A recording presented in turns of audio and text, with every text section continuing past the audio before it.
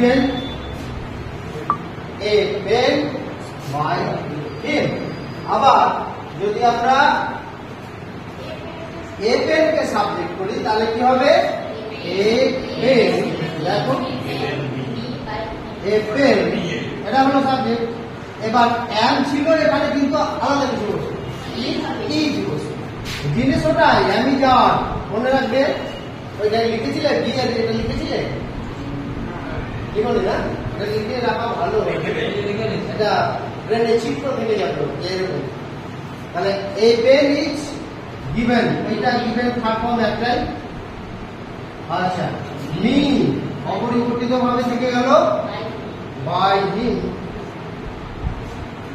কারণ প্রতি ক্ষেত্রে সাবজেক্ট হি ছিল, অতএব by him হচ্ছে, এটা চেঞ্জ হচ্ছে না। আর মেইন ভার্ব ছিল কি গিভ থেকে ওই গিভেন